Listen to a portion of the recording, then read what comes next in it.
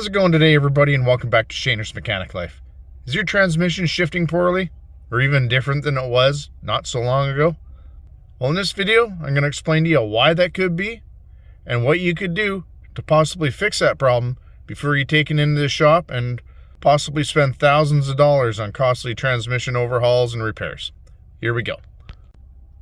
Most modern vehicles today have what they call adaptive shift strategies. What that is basically the computer makes adjustments inside the transmission for wear in a transmission and your different driving styles.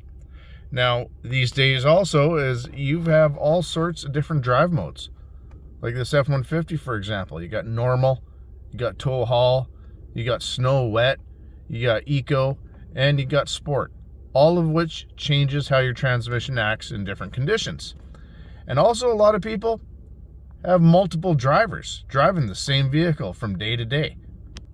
So between those drive modes and different drivers and different driving styles, it's possible that those internal transmission adjustments and shift strategies can get just a little bit messed up and cause different things to happen. You know, like I've had in the past, let's say a upshift from 7th to 8th is really rough, or a bangs going down from 4th to 3rd.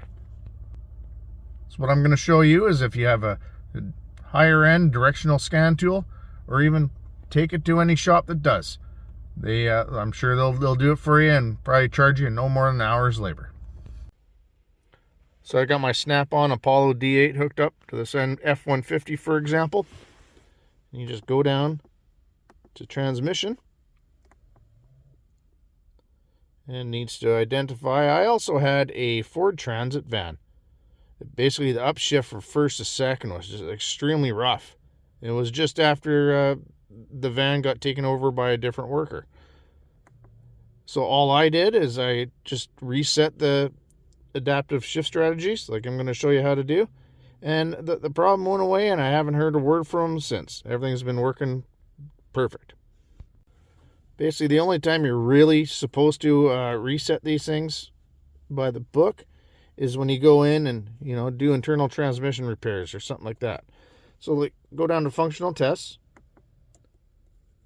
Go to special functions. Now, every scan tool might be slightly different, but you'll get the gist of it here. As you can see with this F150, you can clear the transmission adaptive tables. You can stop it from learning. And if you have stopped it, you can also resume it. So with this one, we're just going to clear the adaptive tables. Go down, press yes. This function clears adaptive tables used by the transmission. Key on, engine off, which we are, and transmission and park, which we are. Continue. Completed. Easy as that.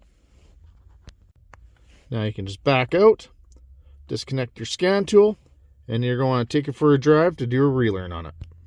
Now, after you clear your adaptive shift tables, what you're going to want to do is take it for a test drive and just drive it normally.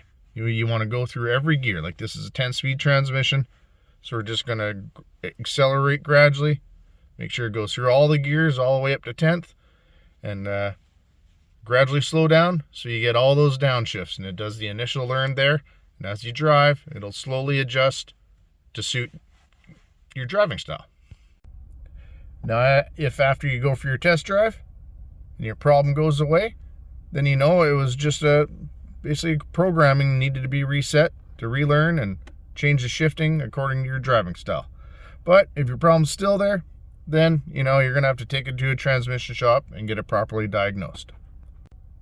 But the way I look at it is, with all these different driving modes and different people using the vehicle, it's quite easy for those shift points to get skewed. And if you're already willing to take your vehicle to transmission shop to get it looked at, then hey, what do you have to lose, and try and basically just do a relearn and see what happens.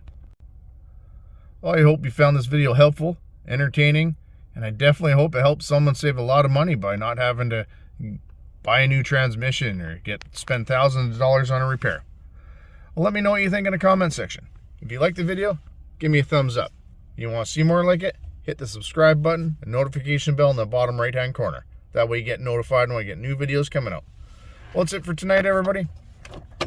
Have a good night. and thanks for watching.